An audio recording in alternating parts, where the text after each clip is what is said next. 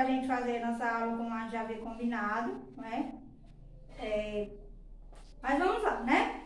Vocês vão pegar o material que eu mandei pelo correio na segunda-feira, esse material aqui, capítulo 3, certo? Que tem como título Leis Ponderais, certo? Todo mundo com o material.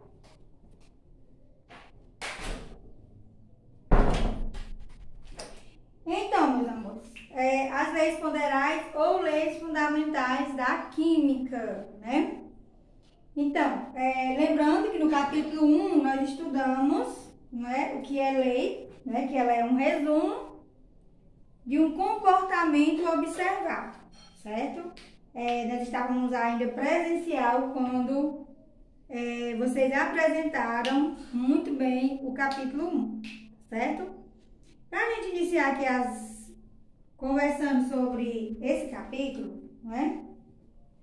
Um dos nomes mais importantes, né, para a concepção da química é o Robert Boyle. Vocês ainda vão ouvir falar bastante nele, principalmente lá no segundo ano do ensino médio, tá certo? Peço também, pessoal, que vocês leiam o capítulo, é muito interessante, é um material bem completo, tá certo? Então, vamos relembrar alguns conceitos, né? Vamos iniciar aqui a nossa conversa sobre sistema, né? O que é sistema? É uma denominação dada a um corpo que é submetido a observações e análises, né? Então, existem vários tipos de sistemas. Sistema aberto, fechado e sistema isolado. O que seria o sistema aberto? Um exemplo poderia ser o corpo humano. O que é considerado um sistema aberto? É aquele que permite a troca de calor, a troca de matéria e energia com o meio ambiente, certo? E o sistema fechado? O sistema fechado permite a troca de energia com o meio ambiente, somente a energia, mas impede que ele troque matéria, certo? Então, sistema aberto, existe uma troca de energia e matéria. Sistema fechado, existe apenas a troca de energia. E o sistema isolado impede tanto as trocas de matéria como as trocas de energia, tá certo? Seguindo aqui na página 44, a gente vai conhecer, gente, a lei da conservação da massa ou lei de Lavoisier. Acredito que todos vocês já tenham ouvido falar naquela famosa frase que temos aqui na apostila de vocês, ó. Na natureza, nada se cria, nada se perde, tudo se transforma. É a famosa frase, né, de Lavoisier, certo? No final do século XVIII, né, Lavoisier realizou diversos experimentos, né? E um dos experimentos mais importantes dele, gente, explicou a combustão. Vocês lembram lá do primeiro capítulo? Que tinha aquela teoria lá, malucona lá do flogístico, né? Que eles achavam que a combustão ocorria devido a uma presença, né, de uma substância chamada de flogístico. Eles achavam isso. Mas, na verdade, não era assim que acontecia, né? Então, Lavoisier ele teve uma contribuição essencial quando ele introduziu também o uso das balanças, né? Ele começou, gente, a pesar, né, medir a quantidade de matéria que estava sendo utilizada nos experimentos, né? E com isso, gente, ele vai, né, criar a lei, que é uma das leis mais famosas, né? Ele vai, através de experiências, ele vai provar o quê? Que a soma dos reagentes é igual à massa dos produtos, né? Eu já estou falando, gente, numa linguagem química, né, da lei de Lavoisier. Então, vou anotar aqui para vocês, ó, uma equação química, para vocês entenderem melhor. Então, aqui no primeiro membro, nós temos os reagentes, e o segundo membro, produto. Aí vocês perguntariam para mim, tia, o que são esses reagentes e o que são esses produtos? Pronto. Os reagentes seriam o quê? Né? As substâncias que vão se juntar, né? Duas substâncias se juntam e formam outra substância. Aqui no livro de vocês, ele vai trazer um exemplo do óxido de mercúrio, né? O óxido de mercúrio, ele foi formado como? Com a junção do mercúrio e do oxigênio, certo? Então, o que Lavoisier quis dizer, gente, é que no sistema fechado, todas essas experiências, elas são formadas, né, em sistemas fechados, certo? Que não há a presença do externo para comprometer a experiência, tá certo? Então, para obedecer à lei de Lavoisier, a soma dos reagentes tem que ser igual à soma dos produtos, certo? Vamos fazer aqui a questão 1 da página 45, ó. Diz assim, na reação química A mais B, eu vou usar esse exemplo aqui, ó. Reagiram completamente 5 gramas de A, ó, 5 gramas de A, mais 5 gramas de B, 15 gramas de B, né? Essas setinhas você vai substituir por uma igualdade, ó, primeiro membro, segundo membro. Sabendo que a massa obtida de D foi 12,5 e ele quer o C, então eu vou repetir o C, ó. O que eu quero saber? Eu quero saber o valor de C. Como? Aqui está obedecendo a lei de Lavoisier, eu já sei que vou ter a soma dos reagentes é igual à soma dos produtos. Então, aqui eu tenho uma equação do primeiro grau, né? Que o primeiro membro é igual ao segundo membro. Então, o que você vai fazer? Você vai resolver normalmente, ó. Vai ficar C é igual, aqui eu vou somar, fica 20 menos 12,5, né? 20 menos 12,5, então o que vai dar, hein?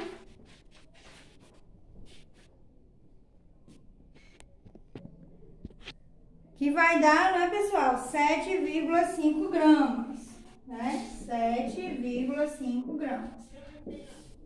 Vendo como é simples, né? Aqui nós estamos usando a lei de Lavoisier, a lei da conservação da massa, certo? Que a soma dos reagentes é igual à soma dos produtos, certo? Então, nós podemos dizer que em um sistema isolado, matéria e energia não são criadas, nem destruídas. São apenas transformadas. É outra maneira de enunciar a lei de Lavoisier, ou seja, a lei da conservação da massa, da matéria e energia, certo? Outra lei, gente, muito importante para a química é a lei das proporções fixas ou constantes, né, de Proust, que está aqui na página 46, né? A partir de Lavoisier, né, dele ter feito as combinações químicas, começou então, gente, os outros cientistas trabalharem em cima da lei de Lavoisier e isso só foi modernizando a nossa química, né? A química que a gente tem hoje. Então, no fim do século XVIII, né, um cientista chamado Louis Proust, que nós vamos chamar de Proust, porque a gente vai ficar assim super amigo dele, então não vamos ficar chamando pelo nome completo, né? Analisando, gente, as substâncias, ele vai perceber, né, que além dessa descoberta, né, de Lavoisier, né, ele também descobriu que quando as substâncias se juntam, né, elas não se juntam de qualquer forma. Elas se juntam em proporções definidas. Como assim, tia G? Então, nós conhecemos a molécula de água, né, que é formada dessa forma. H2O. 2 átomos de hidrogênio e um átomo de oxigênio, né? Para que seja formada uma molécula de água, né, é necessário que a quantidade de água presente na molécula seja proporcional à quantidade de oxigênio presente na molécula. Não é de qualquer forma que vai formar essa molécula de água, certo? Então, através de experimentos, ele vai provar isso. Aí vocês podem ver aqui na página 46 do material de vocês, ó, que ele vai fazer aqui, ó, a proporção, né? Então, o que é a lei de Proust, né? Que uma substância pura, né, independente do processo de preparação, né, ela é constituída por elementos que apresentam uma proporção em massa sempre constante, que a tia acabou de falar, só que com outras palavras, né? Ou seja, a razão entre as proporções deve ser sempre igual. Por exemplo, a gente vai colocar aqui um exemplo, ó, da molécula de água. Ó, então, a gente vai fazer a razão aqui entre a quantidade de hidrogênio e a quantidade de oxigênio, tá certo? Ó, primeiro eu vou colocar aqui a massa do hidrogênio, vou chamar de MH, e a massa do oxigênio, que eu vou chamar de MO, certo? Então, para 2 gramas de hidrogênio, é necessário 16 gramas de oxigênio, certo? Então, a molécula de água só pode ser construída nessa proporção, certo? Ó, então, aqui eu posso ir aumentando, né? Sempre nessa proporção. Sempre nessa proporção. Para 10 gramas, né? Para 10 gramas de hidrogênio, eu precisaria de 80 gramas de oxigênio, né? 10 gramas, 80 gramas. Ó, para 15 gramas. Vamos ver se vocês já sabem aí qual é a razão entre esses valores aqui, ó. Ó, para 2 gramas de hidrogênio é necessário 16 gramas do oxigênio. Ó, quanto é que está aumentando aqui? Né? Nós estamos multiplicando aqui por quanto? Né? Ó, aqui do 2 para o 10, aqui nós multiplicamos, né, por 5. 5 vezes 2, 10, 16 vezes 5, 80. Né? Olha aqui, para 45 gramas, para 45 gramas de hidrogênio, é necessário 360 gramas de oxigênio, né? Eu não posso colocar um valor diferente, porque senão não vai formar uma molécula de água, tá certo? Quando nós simplificarmos, se nós simplificarmos essas razões, nós vamos chegar numa única razão, que é 1/8. Que é 1/8. Certo? Então, a proporção em massa da água, né, de 1 para 8, né, entre o hidrogênio e o oxigênio. O que significa isso?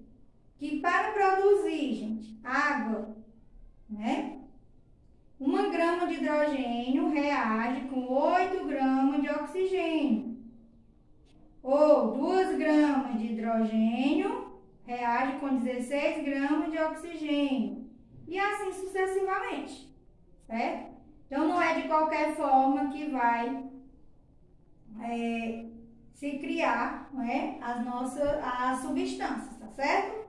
Mais abaixo aqui, vocês podem perceber, nós temos um resumo aqui da lei de Lavoisier, né? A soma dos reagentes é igual à soma dos produtos. E a lei de Proust, a razão entre as massas dos componentes devem ser iguais para obedecer à lei de Proust. Aqui na página 47, nós temos um exemplo, né, uma questão que nós vamos fazer aqui juntos, sobre a lei de Lavoisier e a lei de Proust. Diz assim, ó, em uma experiência, 1,2 gramas de uma substância A reage com 3,84 gramas de uma substância B, produzindo 4,5 gramas de C. Ó, repetindo-se a mesma experiência, constatou-se que 8 gramas de A reage com 25,6 gramas de B. A partir dos dados fornecidos, verifique se os resultados obtidos para essa reação comprovam a lei de Lavoisier e a de Proust. Pronto. Nós vamos pegar esses dados e vamos montar os dois esquemas. Para obedecer à lei de Lavoisier, a soma dos reagentes tem que ser igual à soma dos produtos. Para obedecer à lei de Proust, né, a razão entre as massas tem que ser igual. Né, de A para B, tá bom? Então, vamos montar aqui o nosso esquemazinho aqui, né? Então, eu vou colocar aqui dessa forma. Eu vou apagar aqui esse exemplo. Rapidinho aqui, ó. Então, página 47, certo? Todo mundo na página 47. Então, eu vou colocar aqui, gente, a lei de Lavoisier. Botar ele, né? É super íntimo da gente. Ó, A mais B. Reagiu, formou C mais D. Então, aqui eu vou colocar aqui na primeira experiência, né? 1,20 mais 3,84. 4,50 mais 0,54. Certo? Isso aqui foi a primeira experiência.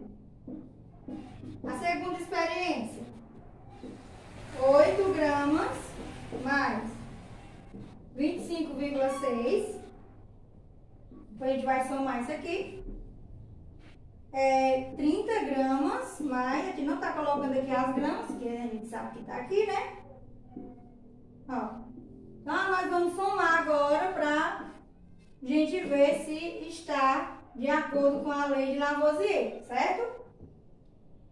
A soma aqui, ó, vai dar 5,04 e aqui também 5,04, ó. Primeira experiência, ok. Segunda experiência, 33,60, 33,60. Então, ó, ok, para a lei de Lavoisier. Agora, nós vamos fazer a lei de Proust, LP, vamos chamar de LP, super nosso amigo Proust, né? Olha lá, vamos lá, nós vamos pegar esse com esse, ó, da primeira experiência com da segunda, esse com esse com esse e esse com esse, tá bom? Ó, vamos lá, a gente vai montar aqui as razões. Eu posso usar a calculadora para fazer aqui essa divisão? Pode. Vou deixar aí vocês. Parece que vocês não vão usar, né? Mas já estou dizendo aqui que pode. Ó, 3,84. 25,6. Ó, lembrando, o A com A, o B com B, C com C e o D com D, tá bom? Se todas derem iguais o resultado, é porque obedece sim à lei de Proust também, tá bom? 0,54 sobre 3,6. Todos em gramas. Pronto. Com a calculadorinha de vocês aí em mãos, vocês já fizeram a continha e encontraram o quê? 0,15. Certo? Então, todas elas irão dar o mesmo resultado. O que isso significa? Significa que essa experiência obedece às duas leis fundamentais, né, da química, que é a lei de Lavoisier e a lei de Proust, certo? E a teoria atômica de Dalton, gente?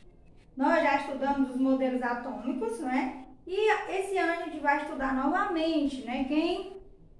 Nessa época, né, do Lavoisier e do Proust, né, em seguida veio o Dalton com as ideias dele sobre o átomo, né? E vai, gente, introduzir o conceito de Lavoisier na questão dos átomos, né? O Dalton vai fazer isso, vai pegar o conhecimento de Lavoisier e vai introduzir aqui nos postulados dele, né? Quais eram os postulados de Bohr?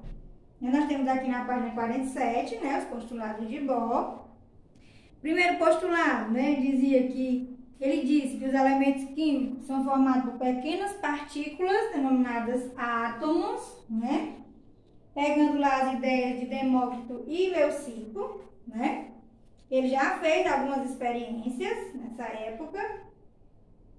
Ele disse também, gente, que os átomos de um determinado elemento químico são idênticos.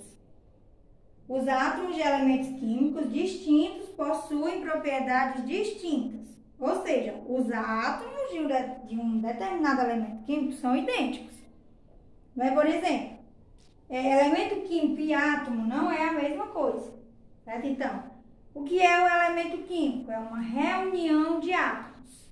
Certo? Então, o elemento químico hidrogênio, né, que tem como símbolo o H, ele é formado por uma reunião de átomos de hidrogênio que possuem as mesmas características, certo?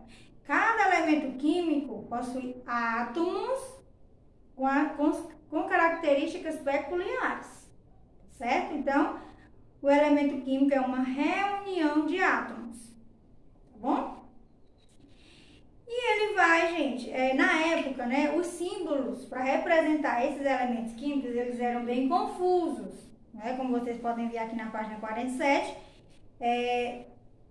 não era muito legal eles. Tinham poucos elementos químicos na época, né? Então, com o passar dos anos, né, em 1810, Berzelius, ele organizou, né, esses elementos de forma diferente. Ele vai, como é que ele vai classificar esses elementos químicos?